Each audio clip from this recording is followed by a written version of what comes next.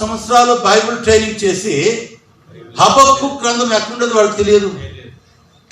I'm so sorry. చాలా మంది సేవకులు దేవుని వాక్యము చదవరు. They don't read but they pray. ఎందుకంటే they wanted help, they wanted support, they wanted welfare, they wanted safety, security. చూడండి దేవుని వాక్యం చెప్తుంది. ఓకే, ఏమి చెప్తుందండి? 15వ అధ్యాయం 5వ వచనం. ద్రాక్షవల్లిని నేను, తీగలు మీరు. ఎవడు నాయందు నిలిచి ఉండునో, నేను ఎవరియందు నిలిచి ఉండునో వాడు బహుగా ఫలించును. రైట్. ఫలితం ఎలా వస్తుందంట? ఎలా వస్తుందండి? మనము దేవుని యందు నిలిచి ఉండాలి, దేవుడు మన యందు నిలిచి ఉండాలి. ఇది transaction. Okay, two way communication, one way కాదు ఇది. ఓకే, అంటే ఏమంట? మనం దేవుని వాక్యం చదవాలి, దేవుని మాటలు వినాలి, అప్పుడు దేవుడు మన మాట వింటాడు. ఓకే, మనం దేవుని మాటలు వింటే దేవుడు మన మాట వింటాడు. హలో, వింటున్నారా? బైబిల్ ఎక్కడ కూడా వితౌట్ ప్రేయర్ ఏమో అద్భుతం జరిగినట్టుగా ఎక్కడా లేదు. అలా జరిగి ఉంటే అడగండి మీకు ఇస్తాను ఎందుకనాలి యేసయ్య? అడగకుండా ఇవ్వచ్చు కదా. అవును కదండి? ఓకే, మీకు ఏది అవసరమో నాకు తెలుసు అన్నాడు ఆయన. మీకు ఏది అవసరమో నాకు తెలుసు, మీరు అడగకముందే మీ ప్రాబ్లమ్స్ నాకు తెలుసు అన్నాడు. అయినా కానీ ఏమన్నాడు? నెక్స్ట్ ఆయన ఏమన్నాడు? 6వ అధ్యాయము మీకు ఏం అవసరమో, ఏం ప్రాబ్లం ఉందో నాకు బాగా తెలుసు అని చెప్పాడు. మరి 7వ అధ్యాయానికి వస్తానే అడగండి అని వేసినాడు.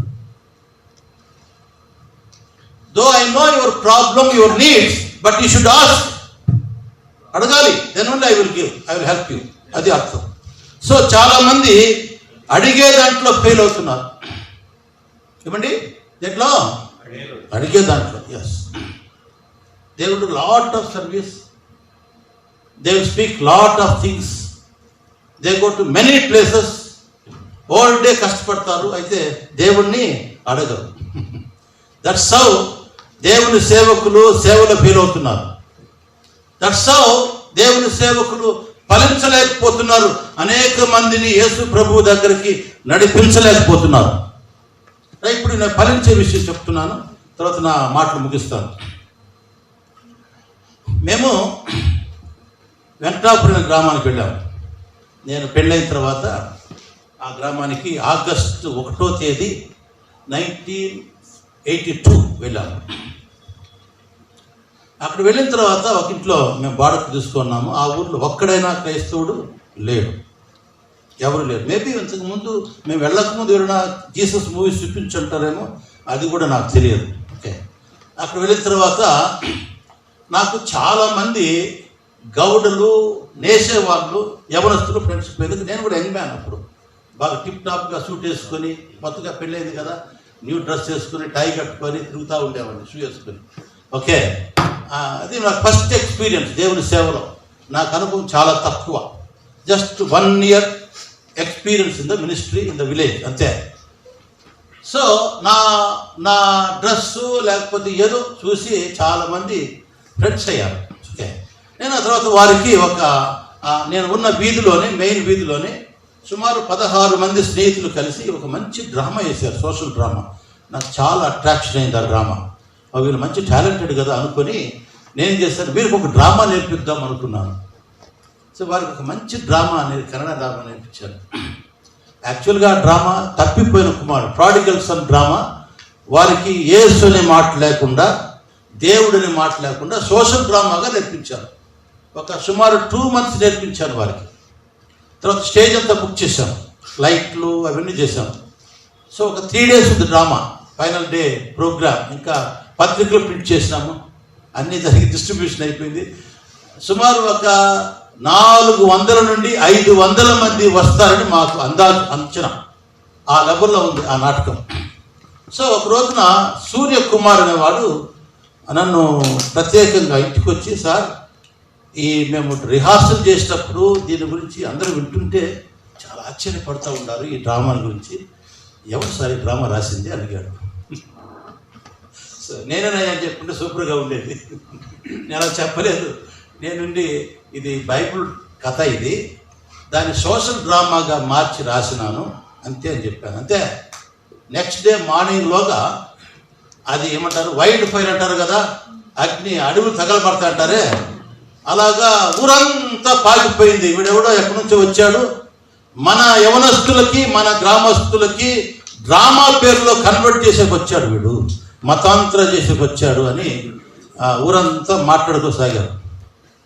సో నెక్స్ట్ డే ఈవినింగ్ నన్ను ఒక టెంపుల్కి రమ్మన్నారు. ఈ యవనస్తులంతా చేయండి, యాక్టర్లంతా చేయండి, 16 మంది యాక్టర్లు.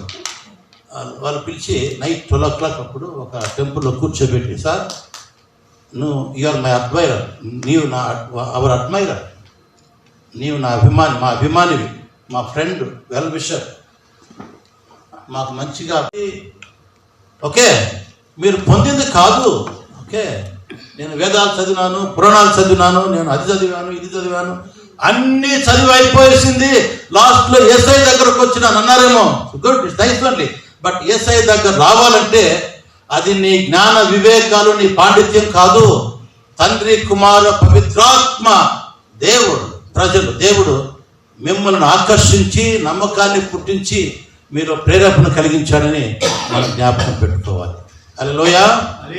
ఓకే, మన బ్యాక్గ్రౌండ్ అంతా కూడా మనం యేసయ్యను సత్యదేవునిగా అంగీకరించి ఆయన మహిమపరచడానికే జరిగినాయి, కానీ మన బ్యాక్గ్రౌండ్లు అదేదో ఆటోమేటిక్గా జరగలేదండి, అది జ్ఞాపకం పెట్టుకోవాలి. ఎలాగంటే మనము బైబిల్లో మనం లాజరు కథ చూసినట్లయితే లాజరు చాలా సీరియస్గా ఉన్నాడు, ఇన్ఫర్మేషన్ పోతుంది. మీకు తెలుసు కదా లాజరు కథ. అప్పుడు ఇన్ఫర్మేషన్ పోతుంది, అయ్యా మీరు త్వరగా రావాలా లేకపోతే చచ్చిపోతాడు, if you don't come soon he will die అని చెప్పారు ఎవరు, ఆ మెసెంజర్స్. వాళ్ళు వస్తాను పదా అన్నాడు యేసు ప్రభు వారు, వెళ్ళిపోయారు. వాళ్ళు వెళ్ళిన తర్వాత యేసయ్య ఏమన్నాడు, లాజరుకు వచ్చిన రోగము వాడు చావటానికి రాలేదు, కానీ మనుష్య కుమారుడు ఆ చావు ద్వారా మహిమ పొందాలని వచ్చింది అంటాడు. హల్లెలూయా. ఇంకొక ఇన్సిడెంట్ ఉందా, ఇన్సిడెంట్ తెలుసా మీకు? ఒకసారి యేసు ప్రభు వారు శిష్యులందరూ ఒక దారిలో పోతూ ఉంటారు. పోయినప్పుడు ఒక గుడ్డివాడు అక్కడ ఉంటాడు.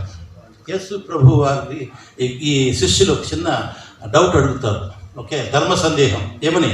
ప్రభువా, వీడు గుడ్డివాడే పుట్టడానికి వీడు పాపం చేశాడా, వీమప్ప పాపం చేశాడా, లేక వాళ్ళ తాత పాపం చేశారంటే వాడు చేయాలా, వాళ్ళ అమ్మప్ప చేయాలా, వాళ్ళ తాత పాపం చేయలేదు, కానీ వాడి ద్వారా మనుష్య కుమారుడు పడడానికి వాడు గుడ్డివాడుగా పుట్టాడు. హల్లెలూయా. ప్రియ భక్తులారా, మనది ఏ బ్యాక్గ్రౌండ్ అయినా కావచ్చు, మన ద్వారా క్రైస్తవులైన వారు ఏ బ్యాక్గ్రౌండ్ అయినా కావచ్చు, వాళ్ళది ఏ స్టోరీలు అయినా కావచ్చు, వాళ్ళది ఏ పరిస్థితి అయినా కావచ్చు, వారు ఆయన భక్తులు అవ్వటానికి ఆయన పరిస్థితిని క్రియేట్ చేసినాడని మనం జ్ఞాపకం చేసుకోవాలి. హల్లెలూయా. మా తండ్రి గారు మరి ఎయిర్ ఫోర్స్లో ఉన్నట్టు ఏమైండేదో, కానీ ఆయనకి మెంటల్ ప్రాబ్లం రావటం, ఆయన వదిలేసి రావటం, అవునా, మరి అనేక మంత్రాలు, తంత్రాలు, పూజారులు బాగు చేయలేకపోవటం, దేవుళ్ళు దేవతలు బాగు చేయడానికి పోవటం, యేసయ్య వాక్యము ద్వారా, విశ్వాసము ద్వారా ఆయన బాగు కావటం, అది దేవునికి మహిమ కలిగేలాగా జరిగిందని మనం జ్ఞాపకం పెట్టి చేసుకోవాలి. హల్లెలూయా. ఎస్, దేవునికి స్తోత్రం. ఇంకా మనం వాక్యాలు చదివినట్లయితే ఇంకా చాలా వాక్యాలు ఉన్నాయి, అవన్నీ మీకు తెలుసు. ఆయన మనం పుట్టక ముందే తల్లి గర్భములో పిండముగా ఉన్నప్పుడే మనం ఆయన సేవకులు కావాలని, ఆయన భక్తులు కావాలని ఆయన బుక్లో ఉన్నది. అది మనం జ్ఞాపకం చేసుకోవాలి. రైట్, నేను రెండవ సబ్జెక్ట్ వెళ్తున్నాను. ఎందుకు ఆయన మనల్ని ఏర్పాటు చేసుకున్నాడు? Why, what is the reason? Reason ఏమంటే మనము మొదట ప్రార్థించే వారం కావాలట. ఏం కావాలంటండి? 15వ అధ్యాయము 16వ వచనం యోహాను సువార్త. మనం ప్రార్థించే వారం కావాలి. దేనికోసం ప్రార్థించాలి? మనకు అలవాటు ఏమంటే పొద్దున్న లేస్తానే దేవుడు నేను బాగుండాలి, ఆరోగ్యంగా ఉండాలి, అవునా, నేను వెళ్ళే చోటంతా నాకు ఫలములు రావాలి, ప్రయోజనం రావాలని ప్రార్థిస్తాం. అవును కదా, ప్రతి సేవకుడు అదే ప్రార్థించేది.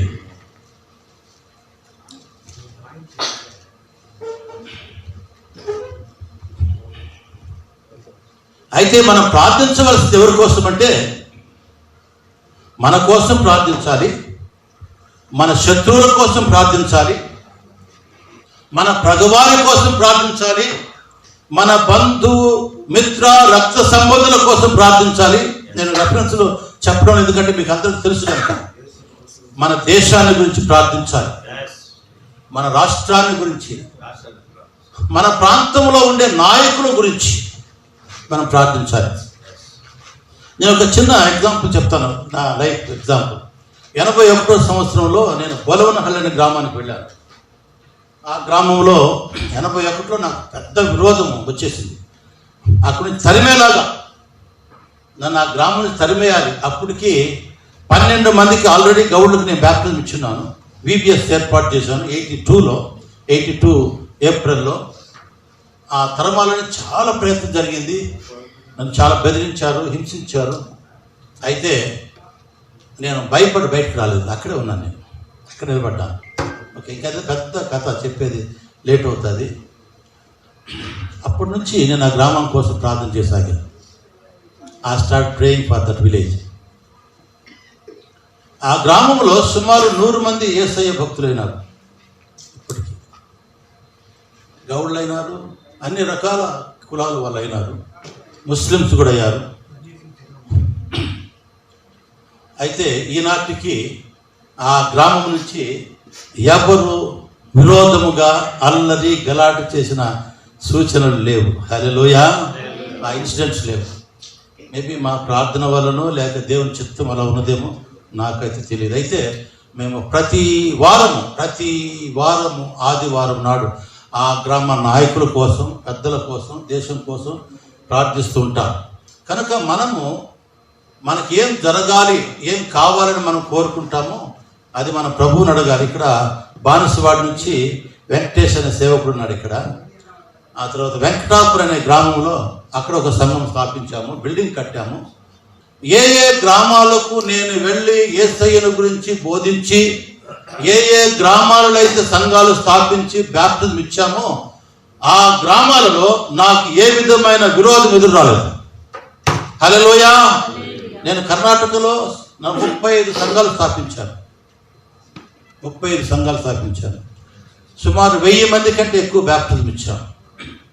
ఆంధ్రప్రదేశ్లో 60కి చిరుకు 60-70 సంఘాలు స్థాపించాము. ఏ గ్రామంలో కానీ, ఏ ప్రాంతంలో కానీ మాకు విరోధము, ఆపోజిట్ ప్రాబ్లమ్స్ రాలేదు. ఎందుకో నాకు తెలియదు. నేను ఎప్పుడప్పుడు అనుకుంటాను, మరి ఎందుకు ఈ స్వార్థికులకి ఆపోజిషన్ వస్తుంది అనేసి అనుకుంటాను. నాకెందుకు రాలేదప్ప అనుకుంటాను. నాకు వచ్చిన ఆపోజిషన్ హిందువుల వల్ల కాదు, క్రైస్తవుల వల్లే వస్తూ ఉంది. పెద్ద ట్రాజడీ. ఇంకా స్టోరీ అది చెప్పడానికి చాలా కష్టం. అన్యుల ద్వారా రావటం లేదు, క్రైస్తవుల ద్వారా, క్రైస్తవ నాయకుల ద్వారా వస్తూ ఉంది.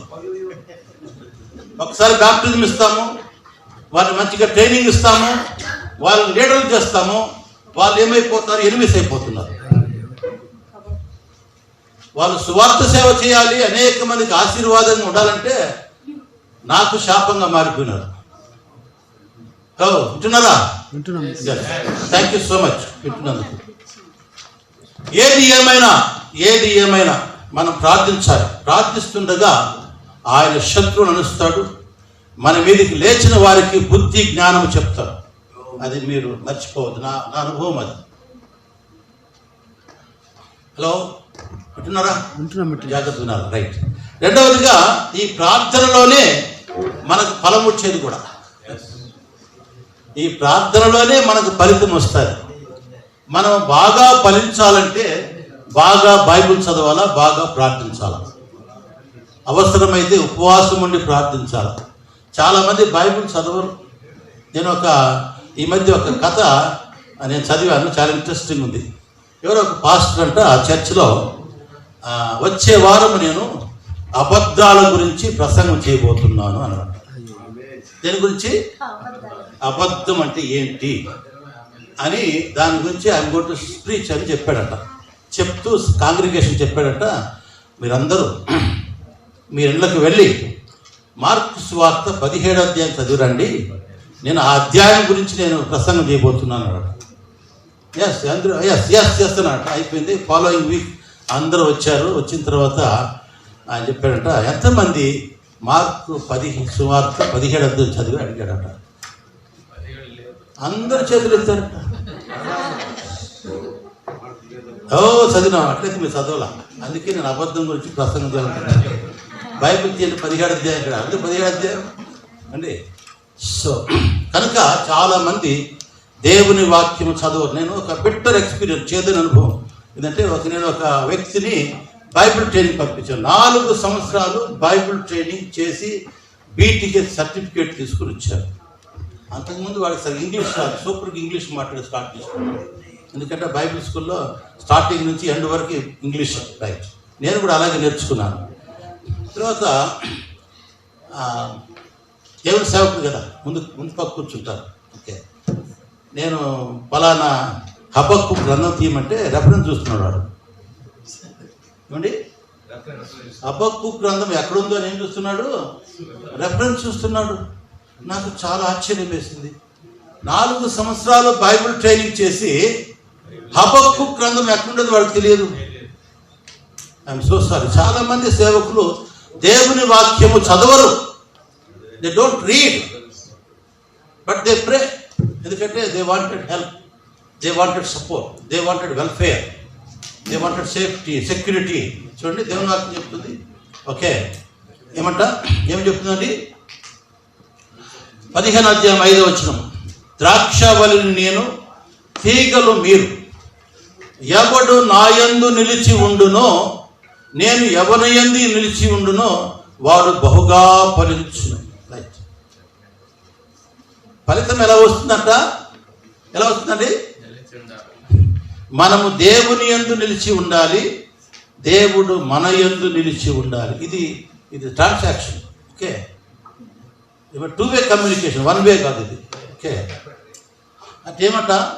మనం దేవుని వాక్యం చదవాలి, దేవుని మాటలు వినాలి, అప్పుడు దేవుడు మన మాట వింటాడు. ఓకే, మనం దేవుని మాటలు వింటే దేవుడు మన మాట వింటాడు. హలో, వింటున్నారా?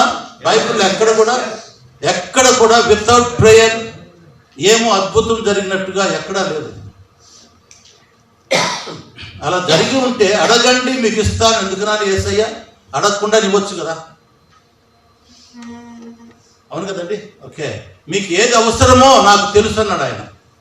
మీకు ఏది అవసరమో నాకు తెలుసు, మీరు అడగకముందే మీ ప్రాబ్లమ్స్ నాకు తెలుసు అన్నాడు. అయినా కానీ ఏమన్నాడు? నెక్స్ట్ ఆయన ఏమన్నాడు?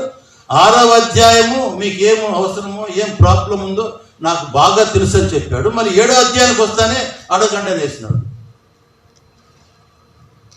దో I know your problem, your needs, but you should ask. అడగాలి, then only I will give, I will help you. అది అర్థం.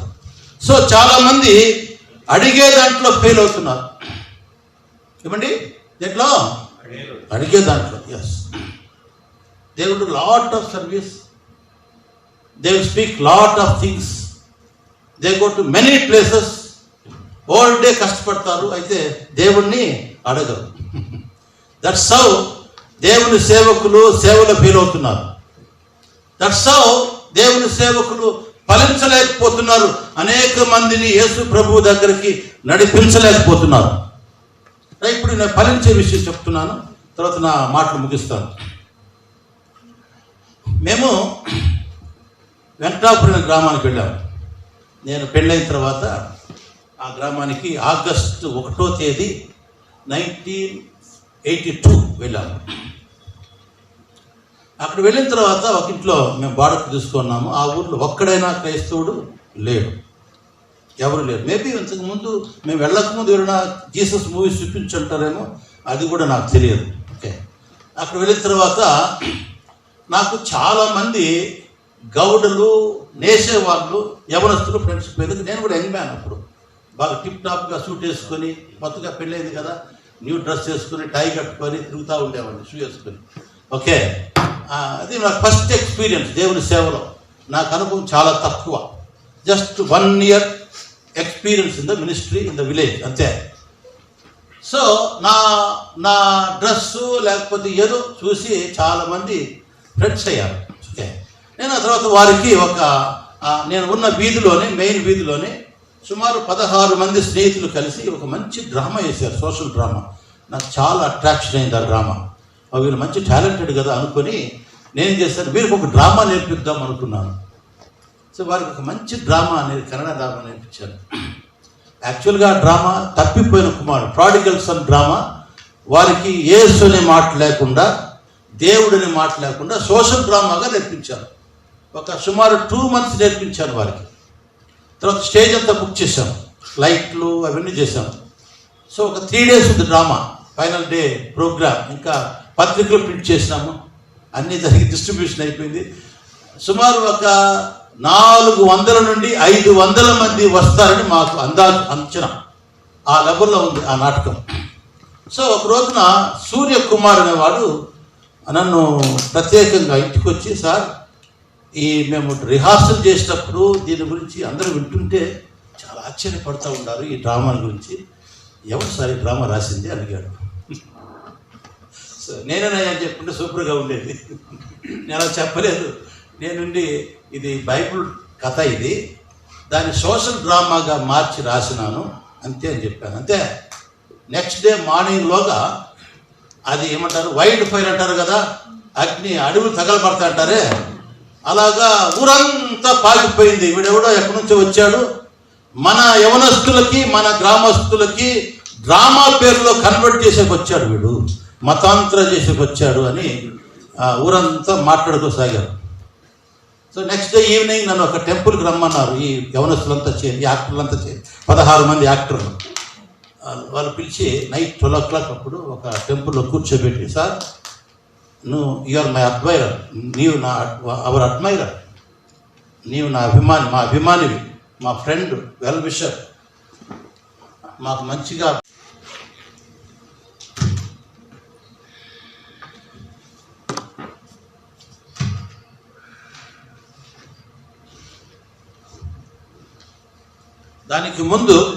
దానికి ముందు మీకు ఒక అనౌన్స్మెంట్ చేయాలన్నాను. కర్ణాటక బ్యాప్టిస్ట్ సభెಗಳ సమైక్య, KBSS అంటాము ఇంగ్లీష్లో, కర్ణాటక బ్యాప్టిస్ట్ కన్వెన్షన్. ఓకే, ఈ కర్ణాటక బ్యాప్టిస్ట్ కన్వెన్షన్ ఇది సంఘాల, బ్యాప్టిస్ట్ సంఘాల సహవాసము, fellowship, association, convention, federation, union, ఏదో సంథింగ్ ఏమని అనుకోండి. ఓకే, అదనమాట. ఇది 1976లో ప్రారంభమైంది. ఈ ఏడాది మేము 50th ఫౌండర్స్ డే సెలబ్రేట్ చేస్తున్నాము. ఇది యాక్చువల్గా 1976 జనవరి 14వ తారీఖున ప్రారంభమైంది. ప్రతి ఏడాది జనవరి 14న మేము సెలబ్రేట్ చేయాలి. ఈ ఏడాది కారణాంతంగా మేము 31వ తారీఖుకి పోస్ట్ పోన్ చేసుకున్నాం. ఈ సెలబ్రేషన్ ప్రోగ్రామ్ పాలనా భవన్లో ఉంటుంది. మీకు తెలుసు కదా పాలనా భవన్. ఎస్, సో పాలనా భవన్లో ఉంటుంది. Morning 10 o'clock to 2 o'clock, only few hours, అంటే ఒక 4 hours. ఓకే, దయతో మీరందరూ కూడా ఈ కార్యక్రమానికి రావాల్సిందిగా మీకు ఆహ్వానం చెప్తున్నాను. నేను ఈ సంస్థకు ఈ ఏడాది కాదు, ఈ టర్మ్ అధ్యక్షుడిగా ఉన్నాను. ఓకే, సో దేవునికి స్తోత్రములు.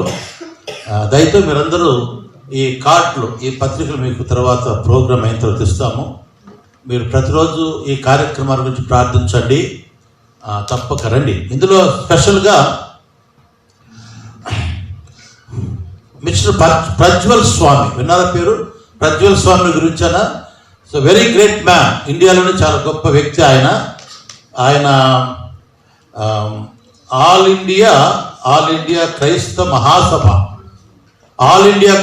మహాసభ అధ్యక్షుడు ఆయన సాక్ష్యం చాలా అద్భుతంగా ఉంటుంది, చాలా అద్భుతం. ఆయన సాక్ష్యం వినటమే చాలా ఆశీర్వాదం, చాలా అద్భుతం. ఓకే, రెండవదిగా డాక్టర్ జాఫెట్, విన్నారా పేరు? జాఫెట్ గురించి వినలేదా? మీరందరూ వినాలి, తెలుసుకోవాలి జాఫెట్ గురించి. ఈ జాఫెట్ అనే వ్యక్తి Karnataka Christian community development corporation chairman. అయినా మన క్రైస్తవులకి, క్రిస్టియన్స్కి కర్ణాటక గవర్నమెంట్ 500 crores రిలీజ్ చేశారు వారి వెల్ఫేర్ కోసం. సో దాన్ని స్క్రూటనైజ్ చేసి దాన్ని డిస్ట్రిబ్యూట్ చేసేదానికి ఈ జాఫెట్ గారు చైర్మన్. దానికి జాఫెట్ గారే ఆయన కష్టపడి ప్రయాసపడి ఈ ప్రాజెక్ట్ని ఆయన తయారు చేశాడు. సో వారు కూడా ఆ రోజు వస్తారు. ఈ కర్ణాటక కేసీసీ డీసీ ఎలా మనం అప్లై చేసుకోవాలి, ఎలా మనం దాన్ని పొందుకోవాలి అనే విషయాలు కూడా ఆయన ఆ రోజు చెప్తారు. సో ఇది చాలా మంచి అవకాశం. దానికి తోడు రెవరెండ్ ఏ జేకబ్ వారు తమిళ్, ఆయన ఒరిజినల్గా ఆయన దేవుని వాక్యాన్ని బోధిస్తారు. కనుక మీరు ఇంకా చాలామంది డాక్టర్ రమేష్ సగిలి అని, Shri Peruko Prabhu, reverend George Fernandes, Esanna, Kandal Joseph, reverend Kripananda one of the founders of KBS, వారు కూడా జీవించి ఉన్నారు. వీరందరినీ మీరు చూడొచ్చును. కనుక దయతో మీరందరూ కూడా ఈ కార్యక్రమానికి రావాల్సిందిగా నేను ప్రేమపూర్వకంగా మీకు ఆహ్వానిస్తూ ఆ తర్వాత మీకు అవకాశాన్ని కలిగిస్తున్నాను. దేవునికి స్తోత్రములు. ఈరోజు వీ డోంట్ వాంట్ ట్రబుల్. గ్రామంలో ఎట్లుందంటే ఎనీ టైం మేము మాత్రం సైలెంట్గా ఉంటారు, కూడా కొట్టేలాగుంటారు, హింసించేలాగుంటారు, తరిమేలాగుంటారు, తన్నేలాగుంటారు. కనుక నీ స్నేహితులుగా, మీ అభిమానులుగా చెప్తున్నాను, దయచేసి ఊరు వదిలిపోవడం. మేమేమనము, just leave the village by morning, లేకపోతే you are going to face very difficult tough time. ఈ గ్రామంలో కూడా ఉండలేవు, పంచాయతీ పెట్టి వెలివేస్తారు నిన్ను, అది బాగుండదు అని చెప్పి నాకు రాత్రిపూట సలహా ఇచ్చారు. డ్రామా ఆఫ్ చేసుకోండి అన్నారు. ఆల్ రైట్ అని చెప్పాను. ఇంక యాక్టర్ లేకపోతే ఇంక డ్రామా ఎక్కడ. సో ఇచ్చిన అడ్వాన్స్ అంతా అవుట్. ఓకే. సో ఆ రాత్రి నేను నా భార్య ప్రార్థించాను. ప్రార్థించిన తర్వాత తెల్లవారుజామున లేచి ఎందుకైనా మంచిదని బెంగళూరుకి వచ్చినాం. బెంగళూరుకి వస్తే నేను ఇండియన్ బాప్టిస్ట్ సొసైటీలో చర్చ్ ప్లాంటర్గా ఉండేవాడిని. అక్కడ మా డైరెక్టర్ గారు చెప్పాను, సార్ ఇలా ఉంది పరిస్థితి సీరియస్గా ఉంది, మేము ఆ గ్రామంలో ఉండలేము, మమ్మల్ని వేరే గ్రామానికి ట్రాన్స్ఫర్ చేయమని అడిగాను. మా డైరెక్టర్ గారు అన్నారు, no don't take that step. వేరే గ్రామానికి ట్రాన్స్ఫర్ చేస్తే ఈ గ్రామంలో జరిగింది ఎట్లా కట్టు న్యూస్ అక్కడికి వస్తుంది, వీడు అక్కడ నుంచి తన్నించుకున్నాడని పేరు వస్తుంది, అక్కడ కూడా నేను జరుగుతాను. కనుక ఇక్కడే ఉండండి, ఆ ఊళ్ళోనే ఉండండి. మీరు నిద్ర లేచిన వెంటనే ఏదో ఒక గ్రామానికి వెళ్ళండి, సాయంకాలం రండి, అన్నం తినండి, పడుకోండి, మరి పొద్దున్న లేచి పోతా ఉండండి, ఎవరికి ముఖం చూపించొద్దు. మీరు ఎక్కడైనా సేవ చేయాలనుకుంటే ఆయా గ్రామాలకు వెళ్ళి చేయండి, నో ప్రాబ్లం అని చెప్పారు. ఇంకా తర్వాత ఇంక విధి లేక నేను నా భార్య నిద్ర లేచిన వెంటనే, మాకు సైకిల్ ఉన్నది, సైకిల్లో దూరం 5-6 కిలోమీటర్ దూరంలో ఏదో ఒక గ్రామానికి వెళ్ళేవాళ్ళం. ఇట్లా ప్రతిరోజు వారం రోజుల్లో 6 లేదా 10 గ్రామాలకి తిరుగుతూ తెలిసిన వారికి, పబ్లిక్ మీటింగ్లు కాదు, no public meeting, no street meeting, no mic, no amplifier, no track, nothing. Okay. తెలిసిన వారికి, ఆల్రెడీ బంధువులు అయ్యారు, అందరికీ ఒక 12 మంది క్రైస్తవులు అయ్యారు పక్క ఊర్లో, వారి బంధువుల దగ్గరికి, వాళ్ళ రక్త దగ్గరికి వెళ్ళేవాళ్ళం. వెళ్ళి మాట్లాడి వారికి ఇండివిజువల్గా పర్సనల్ ఇవాంజలిజంతో ఎవరైతే అందుబాటులో ఉంటారో వారికి, ఎవరికైతే అందుబాటులో ఉంటారో అవైలబుల్ ఉంటారో వారికి. కొన్నిసార్లు మేము తోటల్లోకి వెళ్ళాము, నారు పులుస్తారు కదా, అక్కడికి వెళ్ళాము. ఓకే. వెళ్ళి వారితో కలిసి మాట్లాడుకుంటూ లంచ్ టైంలో వాళ్ళు ముద్దలు తింటారు, మాకు ముద్దలు ఇస్తే మేము ముద్దలు తింటాం, వాళ్ళ ప్రశ్నలకు మేము జవాబులు ఇస్తే మా ప్రశ్నలకు వాళ్ళు జవాబులు ఇస్తే, ఇలాగా సుమారు మేము 9 నెలలు ఆ గ్రామంలో నివాసం ఉన్నామే కానీ ఎవరికి కనిపించకుండా మేనేజ్ చేసినాం. అయితే ఒక అద్భుతం చెప్తున్నాం మీకు, ఏమంటే ఆ గ్రామాన్ని గురించి ఒక్కరోజు కూడా విడవకుండా మేము ప్రార్థించాం.